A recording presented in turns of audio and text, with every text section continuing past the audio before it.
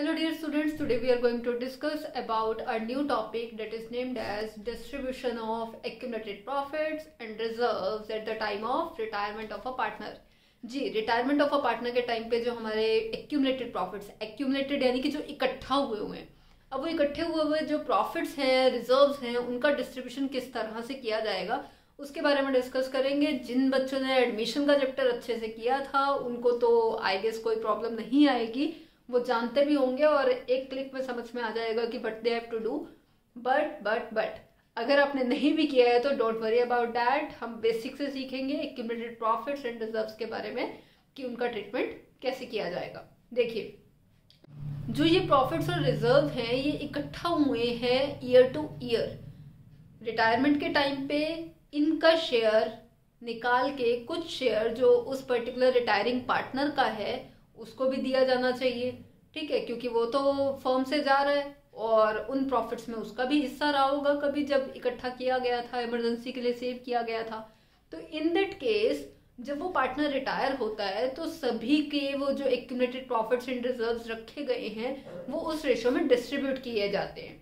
क्यों? क्योंकि आगे आने वाले टाइम में पार्टनर्स अलग होंगे या फिर वही जो कंटिन्यू कर रहे होंगे, लेकिन उनके प्रॉफिट शेयरिंग रेशो है वो चेंज हो जाएगी, ठीक है। तो इसीलिए वो रिजर्व्स एंड प्रॉफिट्स फिर उनके हिसाब से अलग से बनाए जाएंगे आगे आने वाले सालों में, और जब उनमें से कोई रिटायर होगा तो उस प्रॉफिट शेयरिंग रेशो में वो डिस्ट्रीब्यूट कर दिए जाएंगे।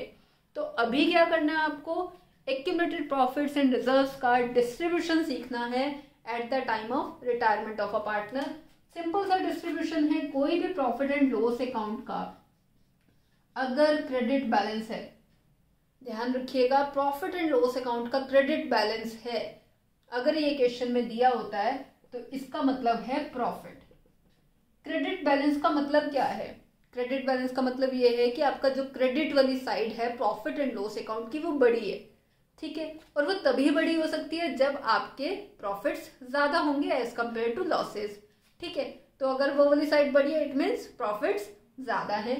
Credit balance means profit, and profit and loss account का अगर आपके पास डेबिट बैलेंस क्वेश्चन में है तो वो लॉस होता है।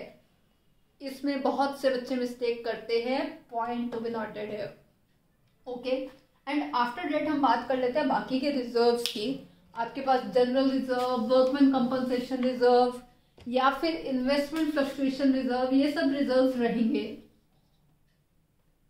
इन्वेस्टमेंट फ्लक्चुएशन रिजर्व है, वर्कमैन कंपनसेशन रिजर्व है, ठीक है। तो इस तरह के जो रिजर्व्स हैं जिनमें पैसा इकट्ठा किया हुआ है, और ये पैसा इकट्ठा कहाँ से करते थे, जो प्रॉफिट डिस्ट्रीब्यूट करना होता है, ठीक है, उसमें से कुछ पैसा अलग से निकाल के रख लिया जाता है इन इमरजेंसी रिजर्व्स के लिए, इमरजेंसीज के लिए, ठीक है।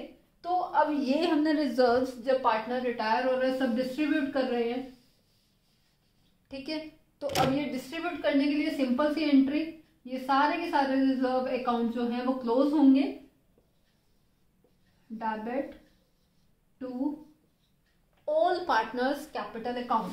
अब ऑल पार्टनर्स में आपके 2 पार्टनर भी हो सकते हैं, 3 भी हो सकते हैं, 4 भी हो सकते हैं। तो अगर 2 हैं तो यहाँ पे आ जाएगा to A's capital account, to B's capital account, 3 है तो टू सीज कैपिटल अकाउंट। ये करने के बाद मैं यहाँ पे ऑल पार्टनर्स लिख रही हूँ, आप अलग से कर लीजिएगा, to all partners capital account, ठीक है। जितना भी आपका इन कैपिटल अकाउंट्स में पैसा है, मान लीजिए 5 लाख है, इसमें 2 लाख है, इसमें 1 लाख है, इसमें 2 लाख है, ठीक है, कुछ इस तरह से।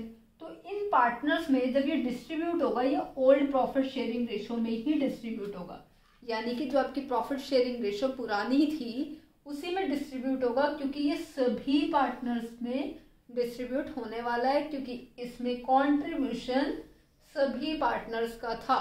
ये चीज ध्यान रखिएगा, क्योंकि यहाँ पे कई लोग ओल्ड भी बोलते हैं। ओल्ड पार्टनर्स कौन थे? आपके सभी थे, ठीक है। एडमिशन की तरह नहीं, एडमिशन में तो नया आता है ना, ठीक है, तो ओल्ड सभी नहीं होते हैं, बट यहाँ पे old partners were all partners, okay. तो रिटायरमेंट के टाइम पे आपने सभी के सभी जो भी प्रॉफिट्स हैं या फिर रिजर्व्स हैं वो डिस्ट्रीब्यूट कर देने हैं, किसमें? पार्टनर्स के कैपिटल अकाउंट में। कौन से पार्टनर्स के? All partners capital account. किस रेशो में? ओल्ड रेशो में, okay fine.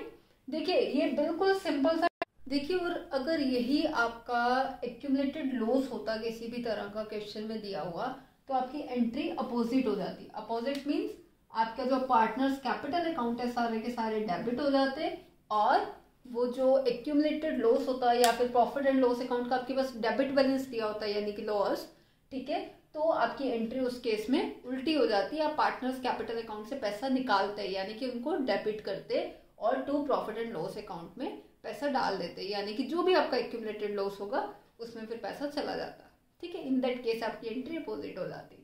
Fine, it was the simplest topic of this chapter. ध्यान से कीजिएगा।